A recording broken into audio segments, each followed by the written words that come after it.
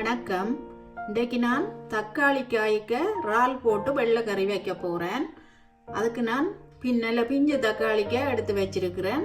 இது எப்படி செய்கிறேன்னு பார்ப்போம் வாங்கோ. முதல்ல நான் இந்த தக்காளி காயை கழுவி எடுத்துட்டு தான் வெட்ட போகிறேன். இந்த தக்காளிக்காயை வெட்டி போட்டு கழுவி எடுக்கக்கூடாது. அதனாடி நான் முதல்ல இதை கழுவி எடுத்து வெட்டி போட்டு காட்டுறேன். இந்த தக்காளிக்காய் வெள்ளைக்கறி வைக்கிறதுக்கு நான் ஒரு சட்டி அடுப்பில் வச்சு நல்லெண்ணெய் சேர்க்கிறேன். எண்ணெய் இப்போ சூடாயிட்டுது. கடுகு கொஞ்சம் சேர்க்கிறேன். நான் இதை வதக்கித்தான் வைக்க போறேன். பெருஞ்சீரகம், கொஞ்சமா சின்ன சீரகம், வெந்தயம் கொஞ்சம் சேர்க்கிறேன். அதோட கருவேப்பிலை, வெங்காயம் சேர்க்கிறேன்.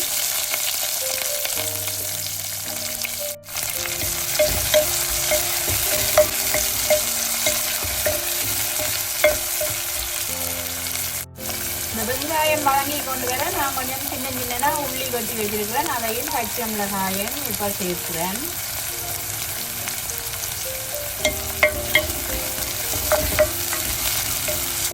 வெங்காயம் பச்சை மிளகாய் உள்ளி ஒரு அரைப்பதம் வதங்கட்டும்.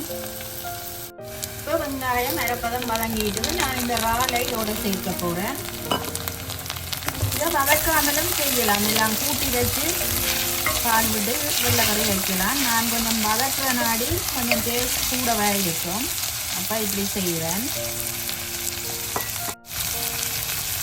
இதுக்கு கொஞ்சமாக மஞ்சள் தூள் சேர்க்கிறேன்.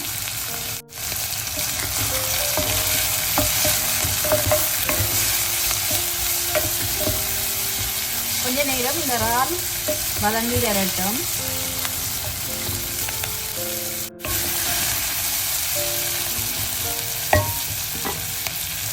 ஒரு 2 நிமிஷம் இதை மூடி வதங்க விடுவேன்.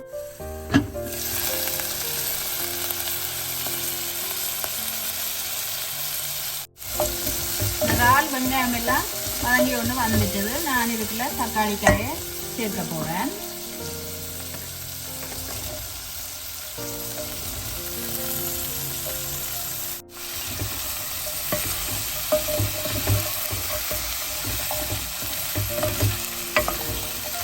தக்காளி காயும் ஒரு 2 நிமிஷம் வதங்கட்டும்.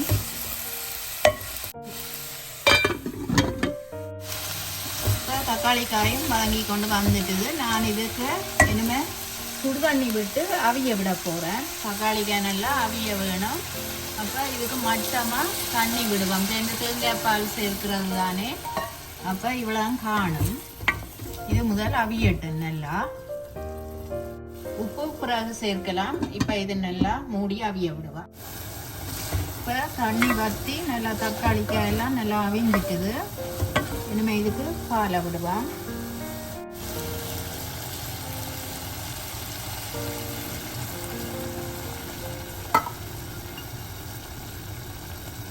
இதுக்களவான உப்பையும் சேர்ப்போம். இப்போ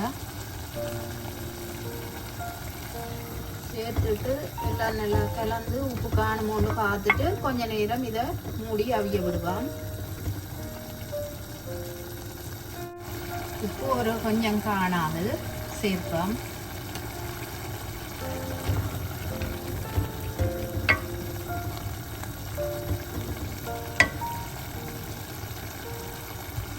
இது என்ன கொஞ்ச நேரம் மூடி அவிய விடுவோம். அடுப்பை நல்லா குறைச்சி விடுவோம். பால் விட்டு ஒரு 2 நிமிஷத்தால் நான் கொஞ்சம் என்ன டேஸ்ட்டை கூட்டுறதுக்காண்டி கொஞ்சமாக பழப்புளி சேர்க்கிறேன். ஏனென்றா தக்காளி காயும் ஒரு புளிப்பு தன்மை. அப்போ இந்த இறால் சேர்த்த நாடி கொஞ்சம் பழப்புளி சேர்ப்பேன்.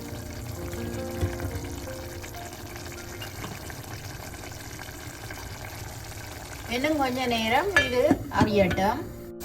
தக்காளிக்காய் வெள்ளைக்கறி ரெடி ஆயிட்டுது. நான் கொஞ்சம் கடைசியாக சீரக மிளகு தூள் சேர்க்கிறேன். சீரகமிளகு பவுடர் இல்லாட்டி இந்த உள்ளியோடைய இடிச்சு போட்டு சேர்க்கலாம். சேர்த்தா நல்லா இருக்கும். இந்த இறால் போட்டு நாடி கொஞ்சம் பேபு தன்மையாக இருக்கும். அப்போ இது சேர்த்தா இன்னும் நல்லா இருக்கும். இனிமே நான் ரக்கி எடுக்க போறேன்.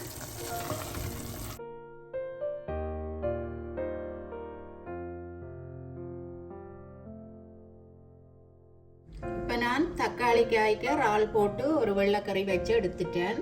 உண்மையிலேயே நல்ல ஒரு டேஸ்டாக இருக்குது. நீங்களும் செய்து பார்க்கலாம்.